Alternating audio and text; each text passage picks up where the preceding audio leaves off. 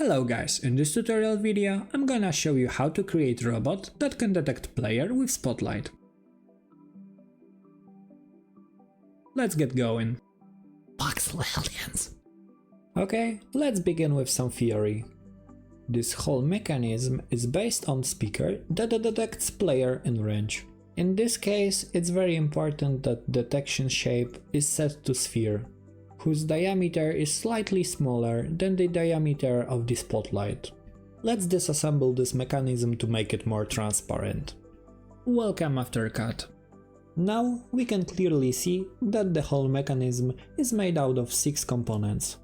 Of course there's the speaker we've already talked about, then there is holder of this whole mechanism that contains citizen behavior. Later we've got yellow spotlight and red spotlight, which starting state is off. And of course we've got our robot renderer that shows the player where the spotlights come from. And last but not least, we've got our logical asset that kills the player after 2 seconds. It's necessary if we want to show the player color transition. Okay, now let's do it step by step. We're gonna begin with the renderer, and in our case it's gonna be artifact because it fits perfectly with size. Now we need one logic asset that's gonna be our mechanism holder. Let's name this component spotter holder and add citizen behavior to make it able to move. And don't forget to remove the health component. Great. Now let's rename our artifact to make it easier visible in our hierarchy.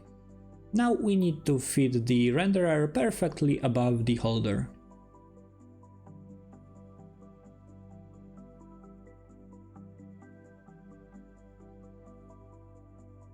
Okay, let's group both components together and let's give it a try.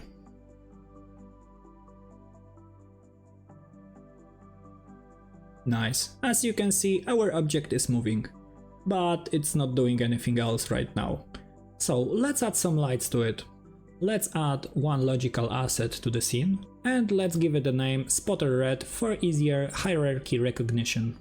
Now we need to add light behavior to it and let's rotate it to point the ground. Okay, cool. Now I'm setting up the properties of the light behavior to make the circle on the ground looks best. In my case, best looking properties is 5 in intensivity, 6 in range, 1 in fall off, and 6 in spot angle. In your case, those properties might be different. It depends on what you want to achieve. Okay, let's set up the light color right now. I want the default color to be yellow, and now I need to line it up with the renderer. Next step is to set the turn on and turn off message. To turn on the yellow light, I'm using kill avatar message that is killing my character in current experience, as you can see in global parameters menu. And as turn off message, I'm using custom phrase, in my case it's spotted. Now we need to duplicate the light component and set its color to red.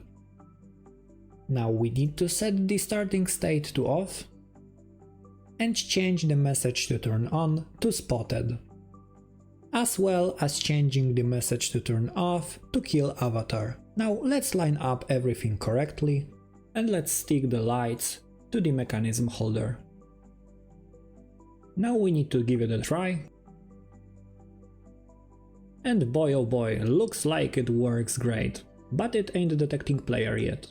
Let's add this functionality right now. So we need to add one more empty logical asset and add speaker component to it.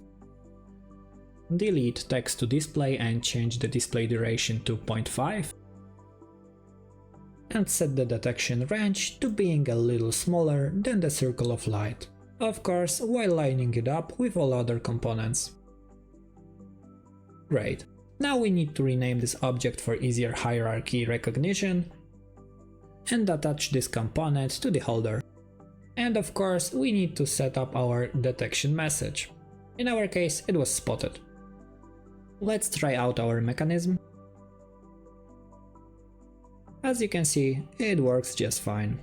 But right now we are lacking the component that kills the player. To implement player killer component, we need to add one more logical asset. This one needs timed event behavior, and we need to enable the wait for message and set the message to spotted.